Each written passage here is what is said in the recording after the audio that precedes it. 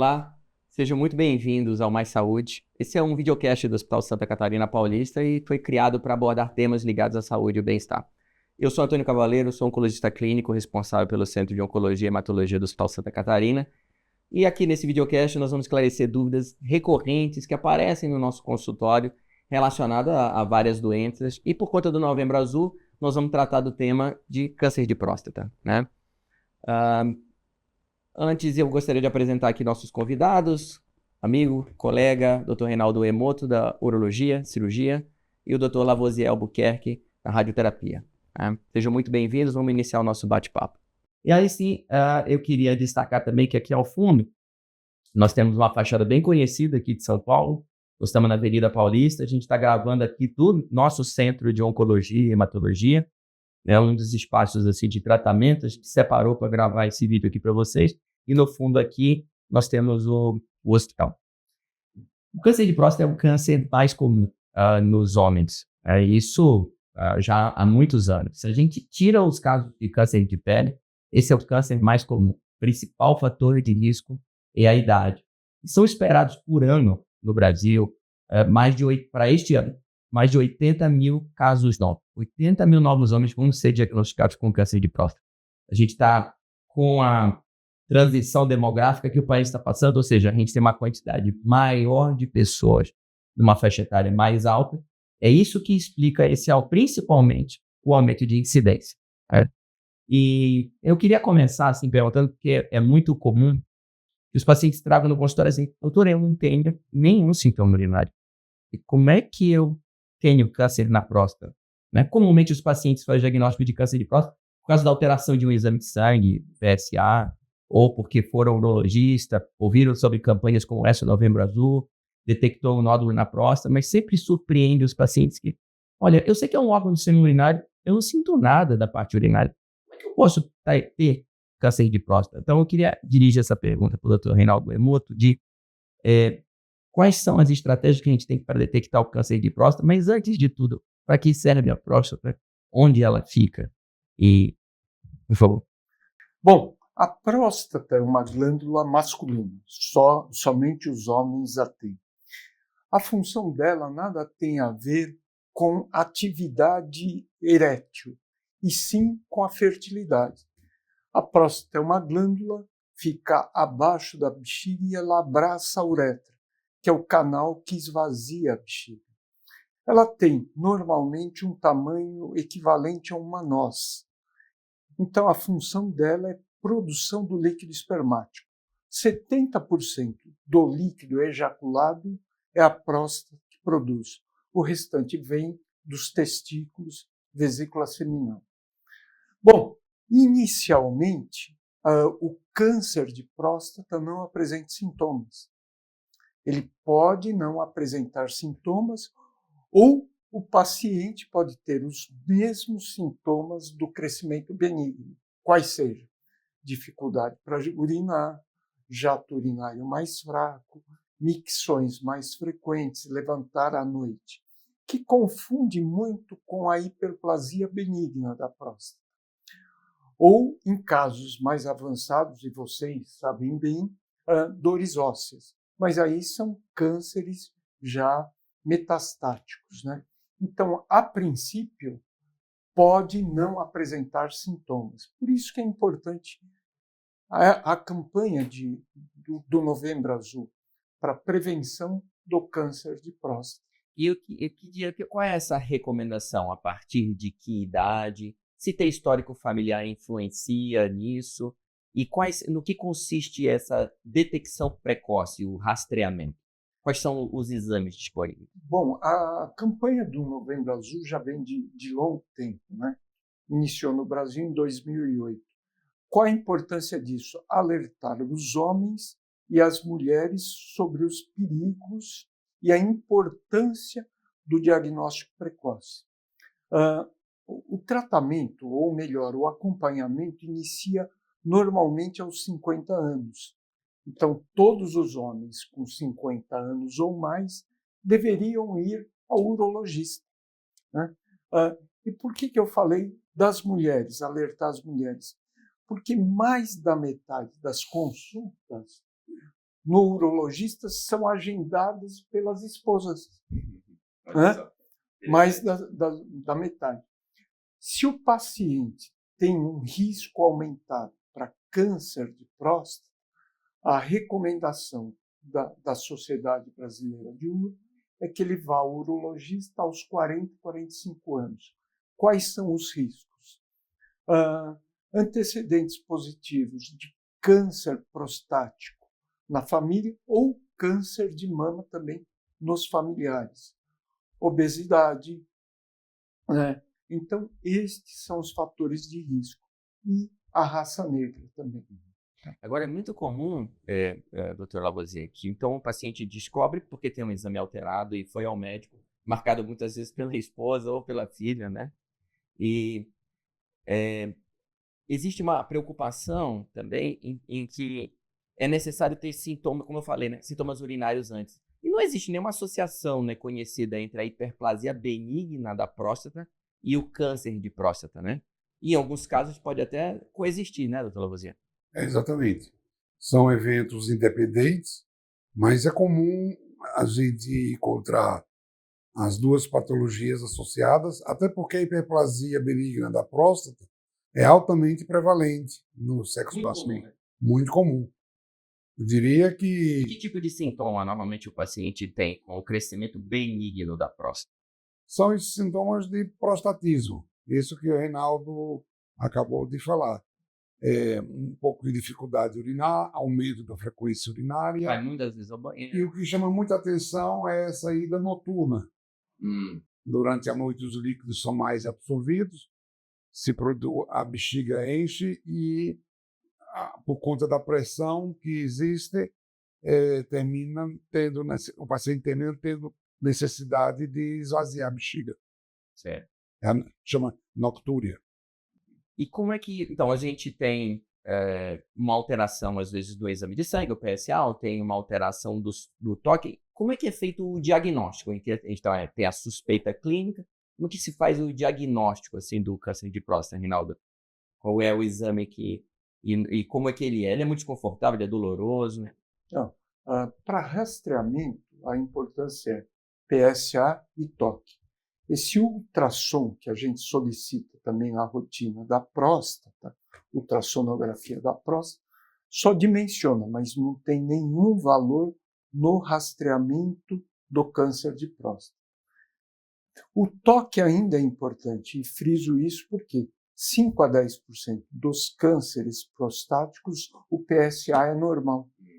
Então, daí a importância do toque digital em pleno século XXI. Frente à suspeita, toque alterado, PSA alterado ou ambos alterados, hoje é mandatório uma ressonância magnética, que virá lá PIRADS 2, 3, 4, 5. Essa PIRADS é uma classificação dos aspectos de imagem e o risco de ser câncer ou não. Correto. Quanto maior a graduação, no 5, mais provável que se tenha câncer. Frente a isso, que se realiza, que se solicita ou não uma biópsia prostática. É através da biópsia prostática que se faz o diagnóstico de câncer. Até porque esse é um ponto importante, né? Você pode ter câncer de próstata com PSA normal. Pode. E você pode não ter câncer de próstata com PSA elevado. Sim. Porque o aumento benigno da próstata pode levar a um aumento da dosagem de PSA, que é um exame de sangue. Você colhe no sangue, a concentração de PSA no sangue pode estar alta, e isso está relacionado a uma próstata aumentada. Né? Eu sempre explico para os pacientes, olha, 1 grama de câncer de próstata produz uma quantidade de PSA, mas às vezes ela é 10 vezes maior que 1 grama de próstata benigna, né? Porque parte do que é ejaculado é PSA, né? E isso tem uma representação no sangue. Então, fez a biópsia através do ultrassom. Sim. O exame que dá o diagnóstico é a biópsia. É isso. O patologista, então, vai pegar esse material e vai olhar no microscópio e vai ver pela forma das células, ele vai confirmar o diagnóstico de câncer de próstata. E eu sempre explico também para os pacientes que existe todo um espectro de comportamento clínico do câncer de próstata. Existem alguns cânceres de próstata que são muito agressivos e cedo eles saem da próstata. E às vezes eles podem afetar outros órgãos.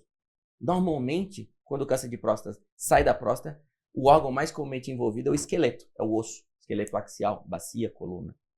Mas existem também, por outro lado, cânceres de próstata que crescem de maneira muito lenta, muito indolente, né? E que às vezes crescem tão devagar que, dependendo da idade em que é feito o diagnóstico, a idade média é 75 anos, mas se é feito num extremo e é desse tipo muito lento, às vezes esse câncer não vai ter tempo de trazer complicações.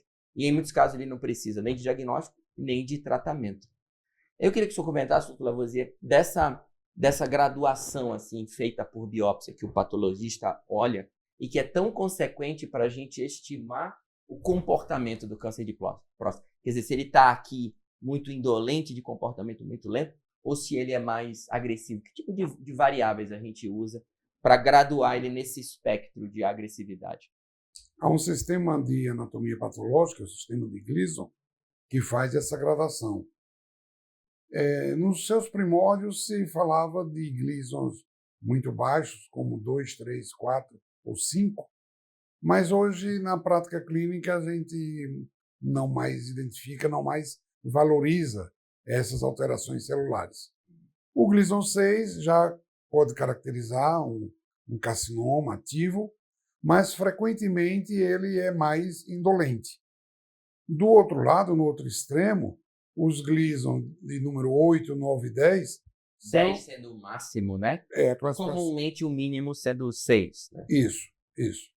Esses casos mais agressivos, 8, 9 e 10, são de tumores que tendem a sair da próstata até precocemente. E que precisam de tratamento. Sem dúvida. E algumas vezes de tratamento multimodal, né?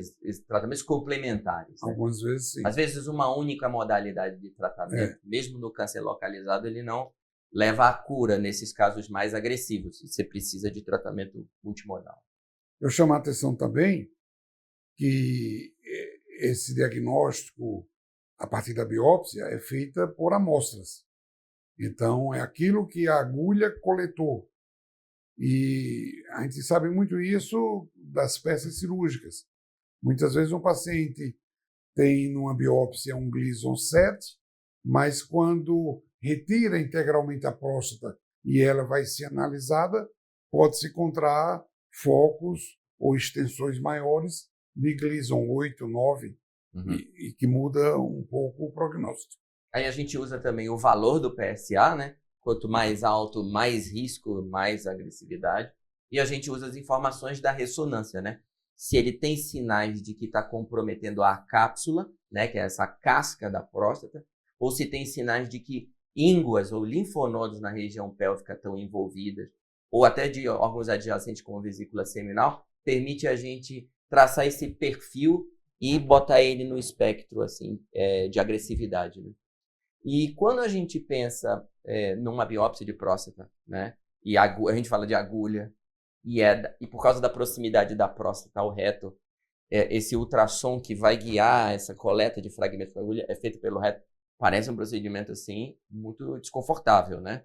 Os pacientes continuam seus amigos depois que você pede a biópsia de próstata? Todos eles. Especialmente porque hoje... Porque não precisa internar, né? É um procedimento ambulatorial. É um procedimento ambulatorial que o pessoal, porque são radiologistas que o realizam em 10 minutos.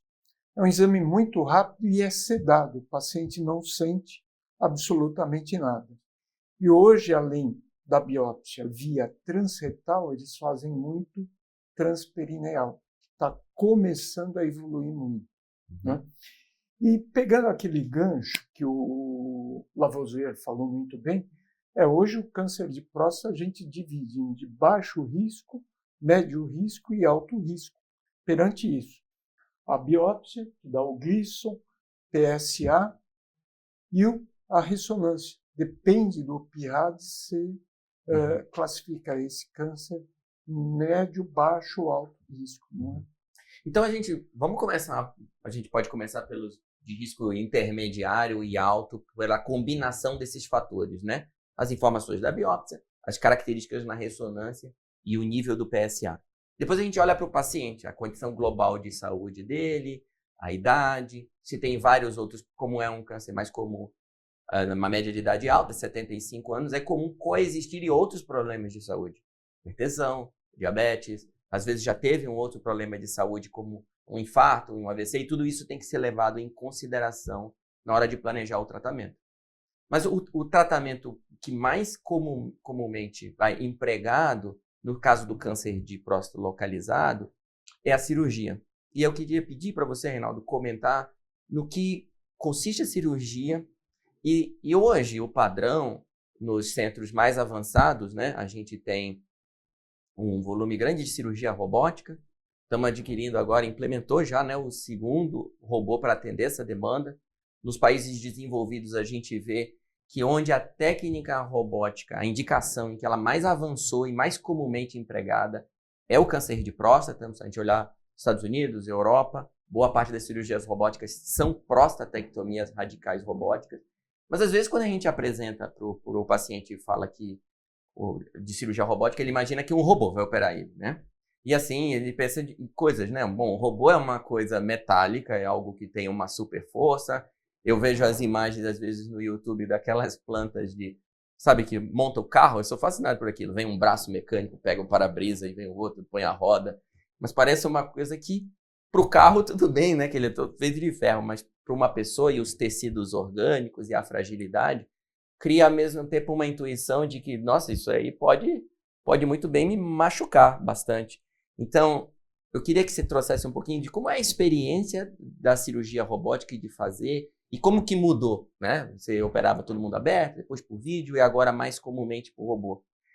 Qual a frequência de pacientes que você tem operado com robô aqui no hospital? A proporção? Te digo que nos últimos 2 anos, todos os pacientes quiseram robótica. Você operou com auxílio do robô? Com auxílio do robô. Até porque os custos caíram também, né, Reinaldo? Caíram. Isso ajudou também a ampliar o acesso, né? Mas a gente ainda tem um problema de cobertura, né? Sim, sim. Mesmo os convênios não cobrindo a utilização do robô. Mas os convênios cobrem a parte de hospitalização, toda a medicação utilizada, toda a anestesia utilizada durante o procedimento.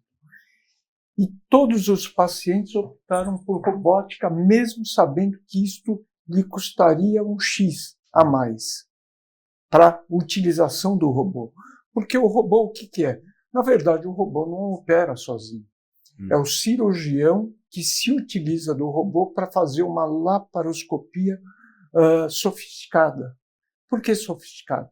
Porque a gente consegue, com a microcâmera do robô, que é uma microcâmera com 2 lentes, ter uma visão em 3D. Então é muito diferente você operar convencional, cuja distância entre o olho e o órgão é mais de 1 metro, laparoscopia que você opera com visão 2D e o robô que se opera próximo com visão em 3D. Você põe um óculos? Não, você fica num módulo até distante do paciente que você tem uma visão em 3D. Mas dá para fazer de casa ainda, né? Daria. Até daria. Mas daria. Você faz dentro da sala, né? Todos ainda dentro da sala, como é de costume. Aliás, a robótica toda foi criada em função da realização de cirurgias a longa distância. Tudo isso iniciou por causa das guerras americanas, para ter um cirurgião com alto potencial nas frentes de batalha. Então, tudo iniciou em 1980 em função das guerras. Entendi. Tá? Necessidade desse tratamento, da distância. De ter uma expertise dele remota. E nos anos 90 isso foi voltado para o paciente, porque viu-se o grande benefício que traria. Então aí você senta lá, tipo um videogame, console. Um fliperama, um console, aí põe o rosto aqui, né? Põe o rosto, e aí você vê em 3 dimensões. E o que você tem na mão são controles, né? Controles, que você manipula os 4 braços do robô. Então, a grande vantagem, a posição do cirurgião e para o paciente o que quer.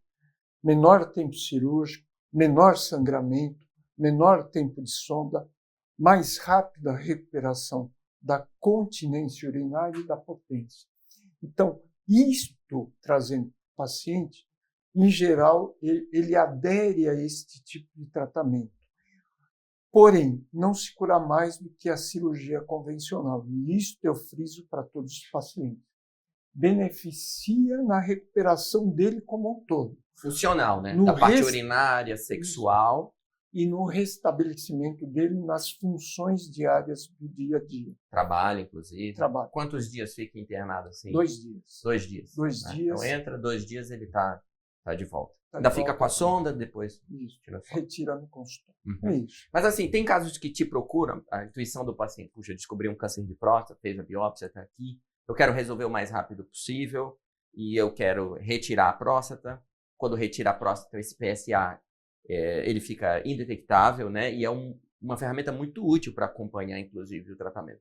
Mas tem pacientes, por exemplo, que são mais idosos, têm vários problemas de saúde, tomam anticoagulantes, ou mesmo tem sinais de que o tumor está saindo da próstata, invadindo o feixe de vasos, o feixe nervoso, e que, portanto, uma cirurgia pode trazer muitas consequências, né, sexuais e urinárias, além de, às vezes, o paciente ter um risco cirúrgico muito elevado, sabe? 80 e pouco. Comumente, às vezes, você encaminha pacientes em que a cirurgia tem mais risco para outros tipos de tratamento médico, né? E aí, o paciente, quando aí a gente, né, tem a nossa reunião, a gente discute os casos, e aí eu peço para o Dr. Lavoisier examinar o caso, e uma opção de tratamento de câncer de próstata localizado é radioterapia. Só que quando a gente fala assim de radioterapia, os pacientes pensam, meu cabelo vai cair, eu vou ser envenenado, a radioterapia queima, né, vai me machucar também. E eu queria que o senhor falasse como é que a radioterapia funciona. A radioterapia é curativa por câncer de próstata? Quais são os riscos que estão associados? E como é que é a experiência do paciente assim, no dia a dia fazendo radioterapia? A radioterapia também avançou bastante, e nós temos também a radioterapia robótica, que é aquela em que a mesa onde o paciente deita é uma mesa robótica, robotizada. A radioterapia funciona de uma forma que o paciente deita nessa mesa e uma máquina que produz radiação ionizante, chama-se acelerador linear, vai emitir feixes de radiação para aquele alvo. A grande questão é, como eu vou saber onde está a próstata? A máquina não vai encostar no paciente, vai emitir feixes uma radiação à distância. Não tem luz. É invisível. Então, a técnica que nós utilizamos aqui no Santa Catarina consiste em, primeiro, colocar 2 pequenos clipes metálicos, 2 marcadores fiduciais, que podem ser visualizados mediante imagem de raio-x. Quando o paciente está deitado na mesa, nós acionamos 2 fontes de raio-x que geram imagens na direção da pelve para olhar a próstata de uma forma indireta, através desses clipes, porque a próstata propriamente não é visível numa imagem de raio-x simples, mas visualizamos os clipes. Procuramos a seguir identificar se a pontaria da máquina é coincidente com os clipes. Quando não, acionamos essa mesa robótica. Ela tem 6 graus de liberdade, que são os movimentos de um avião. Ela pode levantar a cabeceira, a cauda, pender para um lado, como um avião faz, para o lado de uma asa, ou para o outro. Pode trabalhar mudando a sua altura, longitudinalmente e lateralmente. São 6 movimentos que nós podemos acioná-los e fazer com que a pontaria da máquina coincida com os clipes e com a próstata propriamente. A partir daí, nós vamos disparando os feixes de radiação e sempre em cada posição voltamos a conferir se a pontaria casa com os clipes. É um tratamento de vários dias, né? Vários dias. Tradicionalmente, era um tratamento que levava 2 meses e ainda é assim quando a gente precisa irradiar, além da próstata e vesículas seminais, irradiar também os linfonodos pélvicos. Mas há várias situações em que nós podemos irradiar somente a próstata e as vesículas seminais, que são aquelas situações em que o risco de disseminação microscópica nos linfonodos pélvicos é menor. Nessa situação, o volume é menor, é mais restrito e nós podemos usar uma técnica chamada hipofracionamento, que é, ao invés de fazer aquele tratamento de 8 semanas, fazer o tratamento em 4 semanas. 4 semanas, de segunda a sexta-feira. De segunda a sexta-feira. Quanto tempo o paciente fica aqui? A gente reserva 15 a 20 minutos para cada paciente na mesa do tratamento. A maior parte desse tempo é gasta nesse acerto da pontaria da máquina, porque o disparo dos feixes de radiação é da ordem de 20, 40, 60, 80 segundos cada feixe. Um tratamento, às vezes, leva 12 feixes, 14, 10 feixes. São tratamentos individualizados e isso é estabelecido na fase preparatória, que nós chamamos de planejamento. E essa precisão ela é crítica, né? Para diminuir a incidência de efeitos colaterais e a exposição dos órgãos próximos à radiação, especialmente o reto, especialmente a bexiga, né? Sim. Quando a gente fala, nem todo dia a próstata está na mesma posição, né? Que depende se a bexiga está mais ou menos cheia, né? Se tem gases ou fezes no reto, sempre dá uma mexida, né? Exatamente, exatamente. Você falou muito bem. No passado, um dos grandes problemas da radioterapia eram complicações de retite actínica, com sangramento da mucosa, ou cistite actínica, exatamente porque a inflamação da bexiga, né, pela radioterapia. Porque algumas vezes a pontaria não coincidia.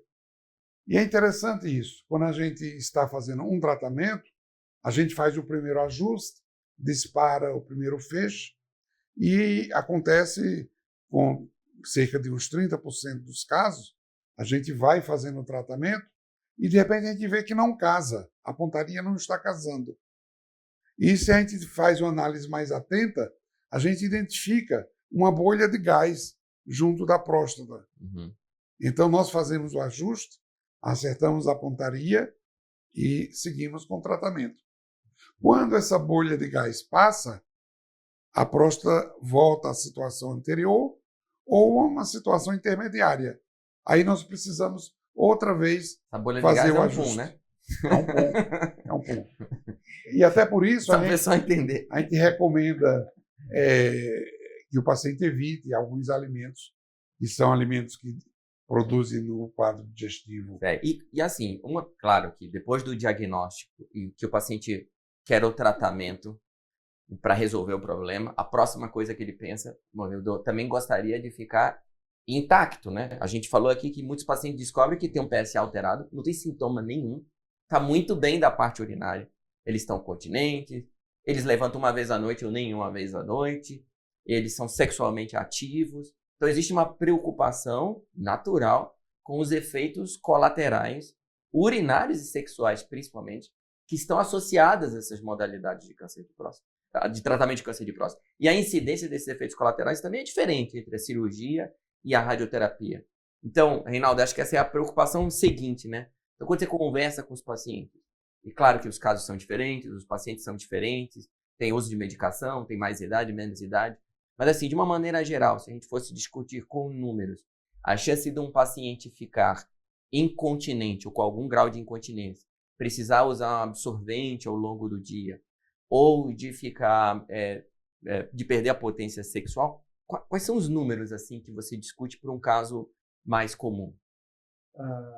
Como eu falei, a robótica minimizou muito.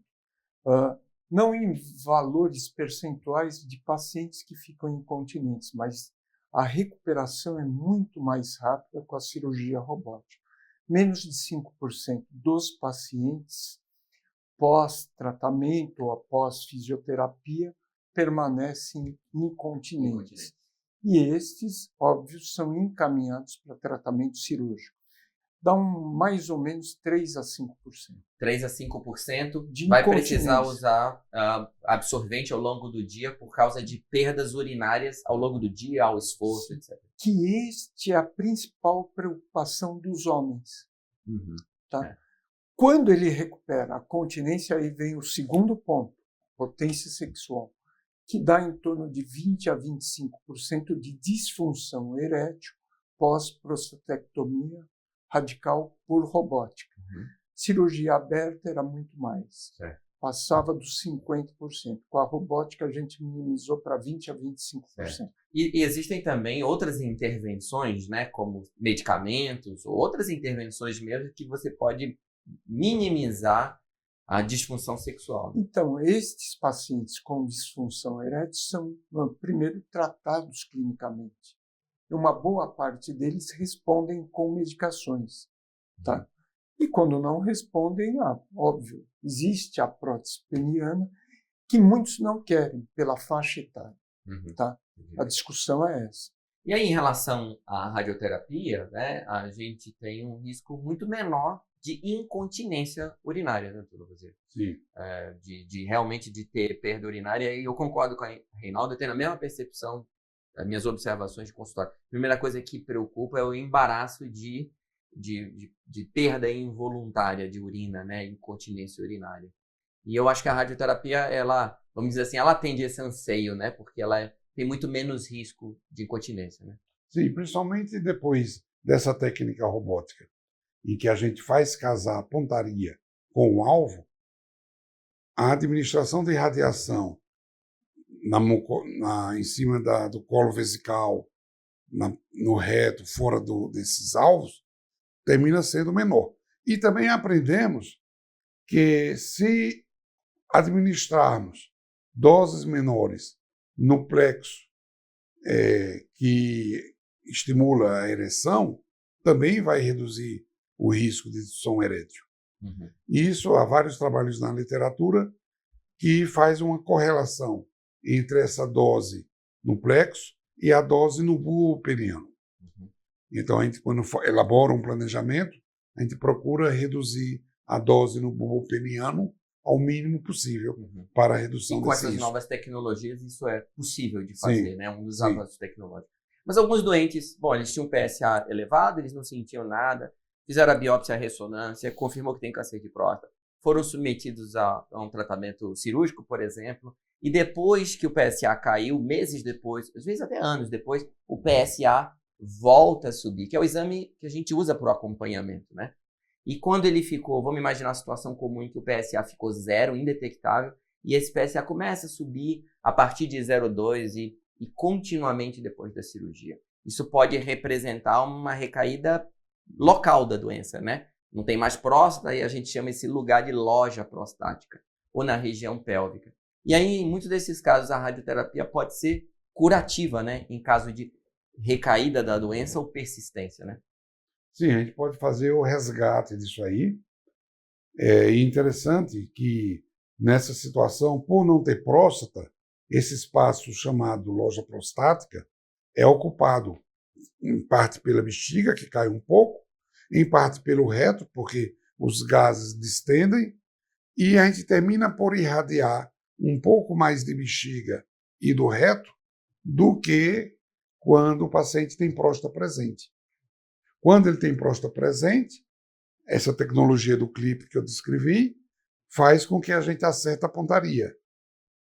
Quando é a loja prostática, não tem clipe, a gente não tem a preocupação de mudança de posição do alvo, porque essa região é relativamente estável, mas nós temos o infortúnio de que esse espaço é ocupado um pouco pela bexiga, um pouco pelo reto, e o paciente pode ter a sua mucosa com algum sinal de sangramento. Um tratamento de boa qualidade, a gente vai encontrar esses pequenos sangramentos, bem discretos, sem repercussão a ponto de causar uma anemia, tardiamente, depois de 1 ano e meio, 2 anos, e isso é facilmente revertido através de drogas específicas Agora, para isso. alguns exames novos, eles provocaram uma revolução, né, no tratamento e no acompanhamento do câncer de próstata, né? E eu queria destacar aqui, a gente já falou da ressonância, a gente falou do exame de sangue, mas do PET PSMA Galho 68. É um nome super comprido para esse exame, mas ele é um exame realizado, é um exame de imagem, e ele consegue responder a esta pergunta. Então, da onde está sendo produzido o PSA? O PSMA é uma substância que tem grande avidez, né, grande afinidade pela membrana da célula do câncer de próstata. Esse galho 68 ele emite uma radiação bem fraquinha, que é detectado como uma luz. Então, se representa um exame do corpo inteiro e a gente consegue identificar com precisão todos os sítios de doença, se há mais de um, e confirmar que existe um único. Confirmar, por exemplo, que a recaída é só na loja e a gente pode fazer um tratamento ultradirigido. Mas cerca de 10% dos pacientes com câncer de próstata, ele já descobre a doença fora da próstata. Seja porque nos exames convencionais, ou seja porque o Reinaldo viu lá um paciente com várias características de risco, pediu um PET PSMA, o paciente não sentia nada, mas o exame já é capaz de acusar com muita precisão e antes do surgimento de sintomas, a existência de doença fora da próstata. E aí eu mencionei aqui como é comum em câncer de próstata o envolvimento do osso ou envolvimento de linfonodos, né, que é muito comum. E esses pacientes são elegíveis, assim, para tratamento médico. E no que consiste o tratamento médico do câncer de próstata? O paciente pensa, bom, eu vou fazer quimioterapia, meu cabelo vai cair. E, na verdade, não. A maioria dos pacientes é tratado com medicações que interferem no efeito do hormônio masculino. O hormônio masculino é muito importante para a sobrevivência e multiplicação das células do câncer de próstata. Então, quando eu bloqueio a ação desse hormônio e eu dou medicamentos que reduzem o nível de testosterona e medicamentos orais que bloqueiam a ação do resíduo de hormônio que ainda é produzido nas glândulas suprarrenais e não mais pelo testículo, esses pacientes com doença avançada, isso surpreende muito os pacientes e as famílias, que eles conseguem ter vidas plenas e sem sintoma por muitos e muitos anos, né? Ou seja, uma doença metastática, e eles, graças a esses novos tratamentos, conseguem ter com efeitos colaterais mínimos. A maioria dos efeitos colaterais desse tratamento estão relacionados, eu digo mínimos, porque eu sou oncologista clínico, comparado com outros tipos de tratamento médico para câncer. Aqui a gente tem, claro, a disfunção sexual da queda de testosterona, existe um aumento do risco de ganho de peso ao longo dos anos, mas não é um tratamento que causa os efeitos colaterais que comumente estão associados a tratamento médico para câncer. Então, não vai cair cabelo, não dá enjoo, não dá vômito, e é um tratamento que ele faz do domicílio, vem aqui periodicamente e recebe injeções, às vezes com uma periodicidade a cada 3 meses, a gente vai acompanhando pelo PSA, e eu tenho inúmeros pacientes que estão em tratamento médico para câncer de próstata metastático por muitos e muitos anos. E esses novos medicamentos mudaram toda a perspectiva desses pacientes, não é, Antônio? Sim, sim. Hoje, como eles vivem muito bem, né? Eles dizem, doutor, eu sei que eu tenho alguma coisa porque eu vejo os exames aqui com o senhor, mas eu realmente não sinto nada e levo uma vida normal. Eu sinto uns calores, semelhantes aos calores da menopausa. Alguns pacientes têm muito pouco, outros têm com mais frequência, mas eles têm vidas ativas, trabalham, viajam, e não é um tratamento que prejudica a autonomia deles ou a liberdade, né? Mas eu queria, antes da gente encerrar, também mencionar e alertar as pessoas que estão em casa que existem casos de câncer de próstata que são tão indolentes, que crescem tão devagar, que eles não precisam ser tratados. Eles não precisam ser tratados e, em alguns casos, não precisa nem ser diagnosticado.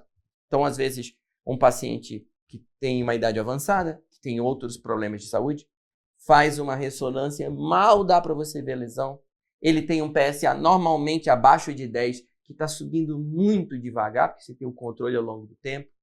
Você vê na biópsia, às vezes ele tem 1 fragmento, 2 fragmentos, menos de 5% desses cilindros comprometidos, por exemplo, por um adenocarcinoma de Gleason 6. E a gente tem vários estudos com milhares de pacientes em que o mesmo resultado foi consistentemente obtido. Que um grupo desses pacientes, talvez metade deles, não precisa de tratamento para o câncer de próstata. Olha só, a gente saltou de pacientes que têm câncer agressivo, que faz cirurgia e às vezes precisa de radioterapia, ou que mesmo assim a doença recai, ou já se apresenta fora da próstata e precisa de tratamento médico para a vida toda. Mas nós estamos falando da mesma doença, em que, quando presente certas características, e procura a mim, procura o Reinaldo, o Dr. Lavoisier, a gente diz, olha, para esse câncer de próstata, a gente não precisa fazer nada agora. Significa que a gente não vai fazer nada se você está de alta? Não. Significa que nós vamos te acompanhar. Você vai fazer um PSA periódico, a gente vai repetir uma ressonância, em alguns casos a gente vai repetir uma biópsia, e quando algumas dessas características mudarem, a gente pode identificar pacientes que então vão precisar de tratamento. Mas alguns desses, como eu disse assim, mais ou menos metade, nunca muda e eles não precisam de tratamento ao longo da vida. Antônio, aquilo que falamos do baixo risco, né? Os cânceres de baixo risco podem ser acompanhados, que hoje a gente dá o nome de Active Surveillance.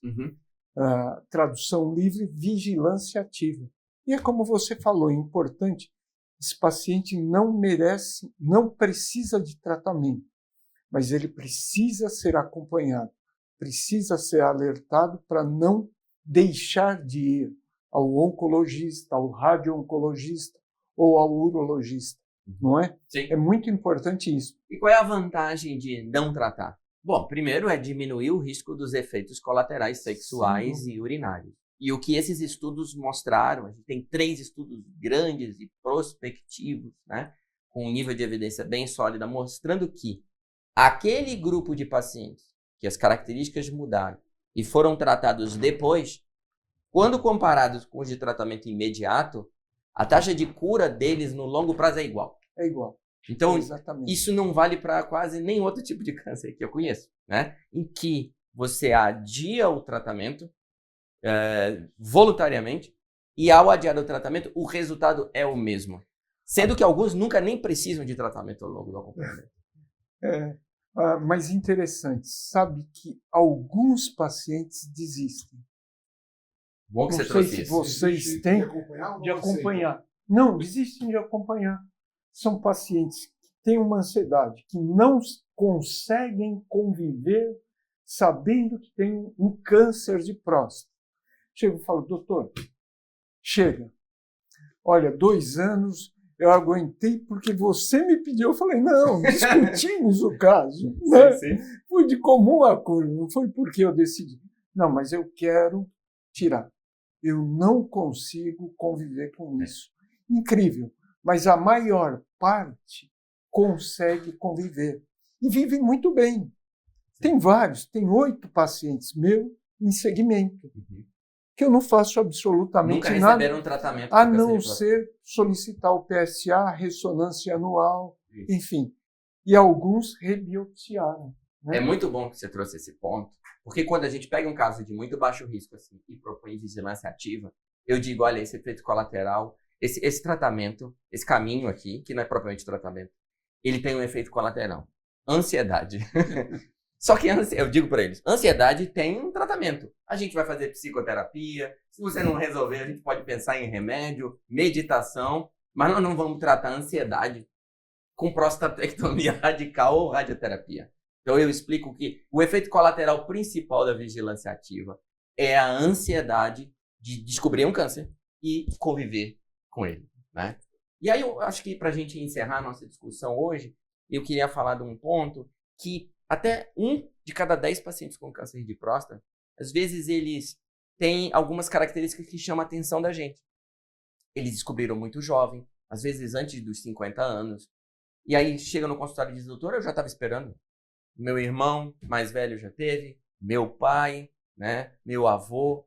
E aí você pergunta do histórico familiar de câncer, às vezes algumas mulheres têm histórico de câncer de mama.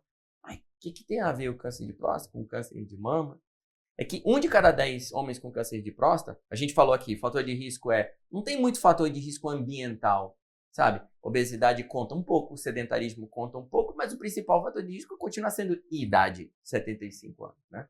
Mas você pode ter câncer mais cedo, isso sempre chama atenção para a existência de um gene em que a pessoa herda essa alteração, ela tem uma vida completamente normal, mas isso aumenta o risco dela desenvolver ao longo da vida câncer de próstata.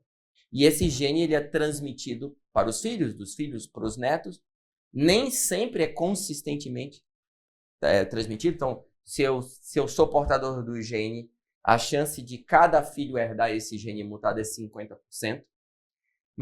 E o gene mais comumente envolvido é uma sigla, chama BRCA2. Quando é presente uma mutação de BRCA2, significa que ao longo da vida você tem 30% de chance de desenvolver câncer de próstata com essas características. Tumores mais agressivos, idade mais jovem, e um comportamento mais agressivo. Mas as mulheres que herdam o BRCA2, elas têm um risco aumentado, ela não tem próstata, mas elas têm um risco aumentado de desenvolver câncer de mama. E nesse caso, quer dizer, o efeito, a manifestação de um gene, a gente dá o termo técnico de penetrância. No caso do câncer de mama, para o BRCA2, chega a 60%. Mas não é só câncer de mama, mas também câncer de ovário. Então, quando a gente pergunta para o paciente diagnosticado com câncer de próstata, do histórico familiar, a gente não está falando só de câncer de próstata. E esse é um teste que a gente tem acesso, a gente consegue fazer um exame de sangue, não precisa ser muito mais simples que uma biópsia. Tecnicamente, sequenciar o DNA e identificar essas mutações é mais complexo, mas a experiência para o paciente é de um exame de sangue. Doutor, eu não sei se eu quero saber se eu tenho um risco aumentado. Embora eu estou dizendo aqui que tem implicações para a agressividade do tratamento. Porque o tratamento, a gente viu aqui que ele tem que ser proporcional à agressividade do câncer, né? A gente não pode exagerar nos de muito baixo risco e a gente não pode subtratar os de alto risco. Mas se tem um gene e ele está alterado, a gente tem que ser proporcional. Mas a maior importância é o teste em cascata dos familiares para que eles possam tomar precauções antes, rastreamento antes, para detectar cedo esses cânceres mais agressivos e tratar. E as mulheres que são eventualmente portadoras do gene e que não sentem nada, a gente também tem estratégias de tratamento que podem ser implementadas para reduzir o risco de complicações relacionadas a esse câncer e fazer a detecção precoce e também redução de risco, né? Então, eu queria mencionar essa questão do gene porque ela é importante e às vezes ela é 1 de 10 de um câncer muito comum, como câncer de próstata, é uma situação muito frequente, né? E a gente tem que ser capaz de identificar isso.